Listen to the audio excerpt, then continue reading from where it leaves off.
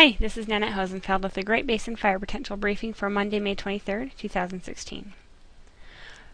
As far as fire potential impacts over the next week, we are looking at periods of rain showers and cooler temperatures, so there are no significant fire potential impacts expected through the period. Over the past 24 hours, there was a bit of precipitation across the northern part of the Great Basin. You can see on the map on the left the blue shaded areas across northern Utah, northeastern Nevada, and the southern half of Idaho are areas where precipitation was observed, but amounts were generally less than a half of an inch. With these storms, there was really no lightning. You can see the map on the right. There were no lightning strikes across the Great Basin associated with these storms. Looking at precipitation over the past 2 weeks, the map on the left shows observed precipitation, and really pretty much the entire Great Basin has seen precipitation. However, the bulk of that has been concentrated across the northeastern portion of the area. The image on the right shows how this precipitation compares to what we would normally see, and those colors that are kind of in the light yellow to the cooler range of colors are the areas that have seen normal or better precipitation. So it's really been much of Idaho, the northeastern part of Nevada, and northeastern and central Utah. However, if we look further south, you can see that some of these areas are below normal. So if we look at southern Utah, southern Nevada, those areas are below normal for precipitation over the past 2 weeks. We're going to move into fuels and take a look at our ERCs. All of the ERCs that came from reporting weather stations yesterday are below the 50th percentile. So across the Great Basin, they're all below the 50th percentile. And our live fuel moistures are generally running at or above normal across the Great Basin. We have seen a cooler, wetter period over the past few weeks, and so we are seeing live fuel moistures running at or above normal across pretty much the entire Great Basin. The water vapor satellite has a low pressure system just to the west of the Great Basin today, and that will bring some showers to portions of the area this afternoon. Our significant fire potential is low. With our moist fuels in place, we are not expecting anything significant as far as fire. Taking a more detailed look at the weather, we will see some slightly gusty winds across the southern part of the area this afternoon. You can see those highlighted areas on the map on the left across southern and central Utah and southeastern Nevada. And those areas will see wind gusts in the 20 to 25 mile an hour range, so nothing too significant.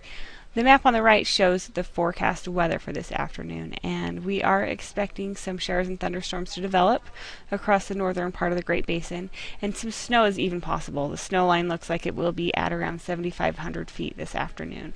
So you can see the higher elevations where those purple colors are those areas that could see some snow this afternoon. So we move into Tuesday, that we will see a low pressure system drop into the west coast of the United States. Now this map on the left is different than what we normally have in our briefings. The map we typically use isn't available, so apologies for that. But I'll do my best to explain what you're looking at on this map. Significant fire potential will remain low into Tuesday.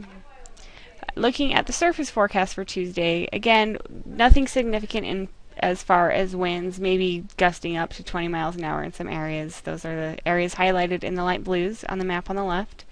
Tomorrow we will see more widespread showers and thunderstorms. The map on the right shows where we will see that precipitation, and the green is the heavier rain. So more areas of heavy rain tomorrow afternoon, and again we could see some snow in the higher elevations tomorrow. Over the next 3 days, the precipitation will be focused across much of Nevada, the northern part of Utah, and much of Idaho and Wyoming. So again, over the next 3 days, the precipitation we'll see will be across the northwestern portion of the Great Basin. As we move into Wednesday, you can see the low pressure is highlighted by that red L on the map. That moves to the south of the Great Basin, and that will bring yet another day of cooler temperatures and unsettled weather. The map on the right again shows where we are expecting to see precipitation, and really much of the Great Basin by Wednesday will see showers and thunderstorms with some higher elevation snow. Winds will not be significant, again Wednesday, generally below 20 miles an hour as far as wind gusts. As we move into Thursday, another system begins to drop into the Pacific Northwest. We'll see a bit of a break in the weather on Thursday. And then on Friday, it looks like that system begins to drop into the Great Basin, and we will see a return of more unsettled weather to the northern and western portions of the Great Basin on Friday. Looking at precipitation accumulation in the 4 to 5 day period, you can see that precipitation kind of shifts eastward. We will see much of Utah and Idaho seeing precipitation in the 4 to 5 day period, as well as portions of eastern and central Nevada. Finally, in the 8 to 14 day period, the Climate Prediction Center is calling for below normal temperatures across the southern part of the Great Basin, with above normal temperatures for the northwestern corner of the Great Basin. And as far as precipitation goes, they are calling for above normal precipitation for the northern 2/3 of the Great Basin, with average or just below precipitation for the southern portion of our area.